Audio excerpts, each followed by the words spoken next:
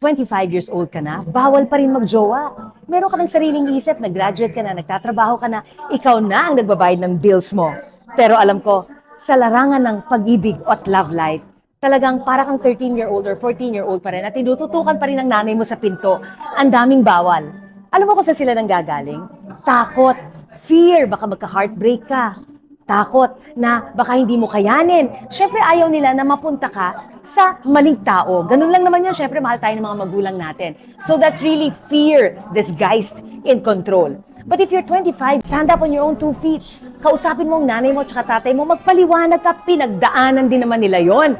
Huwag ka mahihinaan ng loob. Subukan mo lang, sabihin mo, Mama, Papa, meron akong gusto, may nangliligaw sa akin, or meron akong nililigawan. Ganun, kailangan lakasan mo ang loob mo dahil wala kang maling ginagawa. Hindi mo naman pwede i-delay ang timeline mo dahil sunod ka ng sunod sa magulang mo. Walang masama sumunod sa mga magulang mo, pero wala ring masama na panindigan kung anong paniniwala mo. Remember, this is your life, not your parents' second chance.